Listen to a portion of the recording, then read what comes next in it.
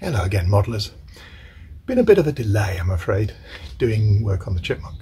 My mojo's gone away, so that's one reason why I haven't done anything on it. The weather's been nice, I've been doing some flying and what have you, so that's the reason there's not been any videos, but I promise I will get back to it soon. But I've been distracted on another little project.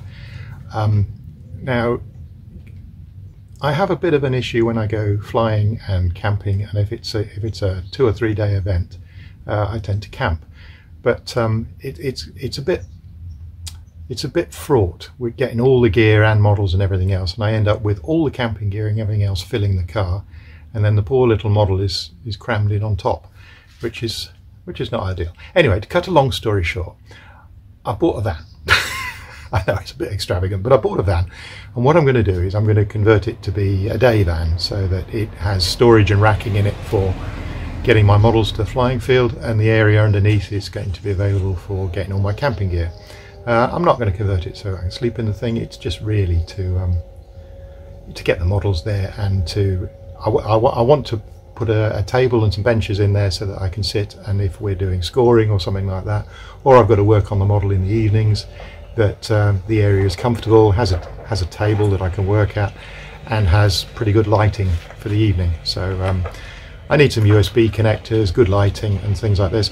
And one of the things that I always really struggle with when I go camping is cold milk and cold drinks and cold water. I really do like, or I do prefer, cold drinks.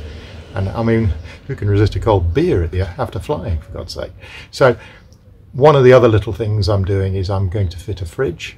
And I'm not sure where or how or what. I've never done any of this before. And I'm also driving a 100 amp hour lead acid battery that I happen to have lying around via a 200 watt solar panel, which will be ground based. I'll just set it up when I arrive at camp and charge the leisure battery.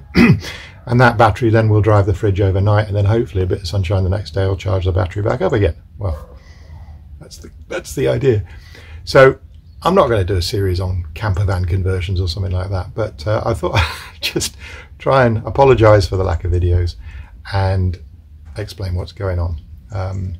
So if I give you a quick walk around of what I've done of the van so far, you'll see what my plan is and how it's all coming together. It will all be carpeted eventually and look pretty, but at the moment I'm just working through, you know, the basics. How am I going to lay it out? What's going to go where and what works? You should really do all this on paper and draw it. And I have a rough idea on paper, but it's not until I actually start doing things that I can put things in place that I get a feel for whether it's right or not. And my immediate problem is that I bought a fridge, a 65 litre fridge, and I should really have gone for a smaller one because it's occupying a lot of space. It's only a small van. Let's go and have a look at the van, shall we? So here we are. It's a medium wheelbase Citroen Dispatch, and as you can see I've fitted 2 rails at the top, and these are quite cunning. These are Magnuson props for putting up boards in ceilings, you know, or ceiling plasterboard, that sort of stuff, and you're supposed to put them on the ground and then extend them up, and they extend to double this length to hold the boards up on ceilings. But if you lay them horizontally and they're threaded at the end, so you fit them, I've had to cut these down a little bit, you fit them, and then as you twist the rods they expand and clamp really tightly. I've added the 2 pieces of wood just to make sure they don't slip down the wall, which should be fine. They're screwed from the back. Then the main rails, and these are pretty sturdy. These are 32mm steel chromed, and they're used in shops for hanging clothing rails and stuff like that, but they're really sturdy. They're really strong, and I have known people put 2 or 3 of these bars, you know, put another one in the middle, and then put a whole platform over the top of it, applied bed over the top of it, and then can sleep on it. It'll easily take your weight. So but these you can get these fittings that again screw. In this case I've bolted them to the plywood, and this is 5.5mm plywood on the panelling, so they're bolted through from the back with some big load spreaders on the back.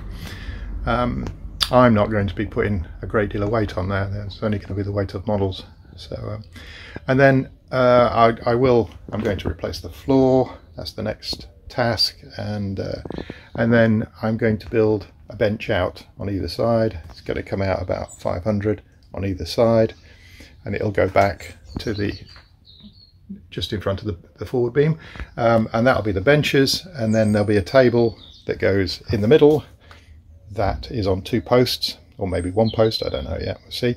And that table can then drop down to fill the gap between the 2 benches, and then there'll be some cushions that go right across the top to form a soft, cozy platform, which you could sleep on if you were less than 5'6", but 5'4", probably more like. You could sleep across it, but if you slept diagonally, you could do it if you really had to. Anyway, this is the cunning bit, I think. I've made these this slidey tray, and it can slide from one side to the other. Not that there's any reason, but just to make it easy to set up and fit models in. So this is 12mm ply with some wooden side pieces, and I think I'm going to make another one because I want to carry at least 2 models, so I'll make another one of these. But on the next one I'll do the side runners in ply as well. I don't like this pine, it's not very nice, so I'll use ply, and I'll probably use test my pocket screws, my pocket hole drill thing, to see if I can make those work. So the idea is that the most of my models sit in foam cradles, which you've probably seen, and those foam cradles fit nice and neatly between those in that size there, so I slide it on there, and then just some light lashing around the top, and it's secure. The upper beams are going to be for wing panels and stuff like that. So let's put a model in and just see how it looks. So here you can see I've just put my 80-inch Chipmunk in the vehicle. So one of the wing panels goes up there nicely, and the wings are just the right size to go on there. In fact, I hadn't realised. I thought the spacing of those was perfect, and it is for an 80-inch model, but if it was any smaller than 80-inch, then I might have to find another way. But most of my models are at least 80-inch anyway. Then in the middle I've got one of these foam trays, and I have several of them.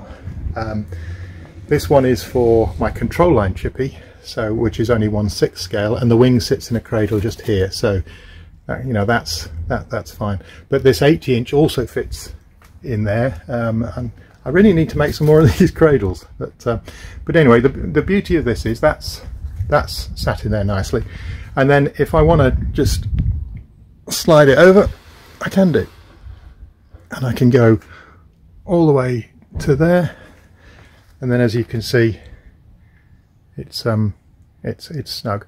So some very light lashing across the top and down onto the wooden rails will stop it moving, and I'll probably wrap something around the tube just to stop it sliding side to side. Then I can obviously get probably 3 of these trays in the back here, so I'm certainly going to make 1 more. I don't tend to go with lots of models, but if I was going to an event, a weekend fun fly type thing, then I could probably take 2 or 3, or maybe 3 models. So I may eventually make another couple of these slidey trays because I really like the way it works. And to get them out, just slide the model to the middle, and then you can just slide the tray forward and out and lift it down onto the ground. For curiosity, I thought I would just load the quarter scale Chipmunk in there, and as you can see, all fits really nicely. Plenty of distance on the front, so won't be a problem there. A wing at the top. I may have to be a little bit careful how I stack the wings, front to rear, but as to whether I can get 4 wing panels in there without actually putting one on top of the other, but we'll see. If need be, I can always build a cradle to go in the middle here that has slots, vertical slots, and I can put all 4 wing panels in there, and then the top's not occupied. Let's just show how we're looking on the length.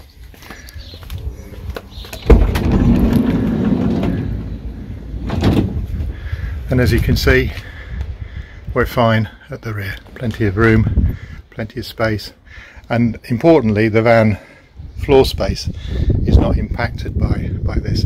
And as you can see, I'm easily going to get my 2 quarter scale chipmunks in the van for taking the beasties abroad or wherever I want to go. So the idea, as you know, is 1 practice model and 1 good model. I think I've come up with a very adaptable method for storing models. It's not something you see on the YouTube videos really. You see lots of camper van conversions. In fact, you can't move for camper van conversion videos. But I don't think people have really shown what you can do with adapting a vehicle for modelling, aero modelling and stuff like that. So anyway, if there's any interest, put a couple of comments below, and if there's interest, I'll show you some more as it progresses. But it is detracting away from the Chipmunk build, and this is mainly because we've got the Euroscale Masters coming up first week of September, and I need to be camping there, and I want certainly the model shipping sorted out, which it nearly is, and I want the fridge sorted out. The carpeting and all the nice stuff can all wait till afterwards, but I do need to have a vehicle to get me to the Euroscale Masters, and I'm camping for about 7 days, so it's a bit of a long event. So the more I can sort out on the van now, the more comfortable the trip will be. Anyway, if you've enjoyed the video, click like and subscribe. Sorry if it's a bit different, but at least it's an update on where we're at. And one just quick shout out, I want to shout out to Mark Travers for all his help with van stuff. He's done a really nice van himself. And another shout out to Weasel. Weasel will know, most of us will know who Weasel is.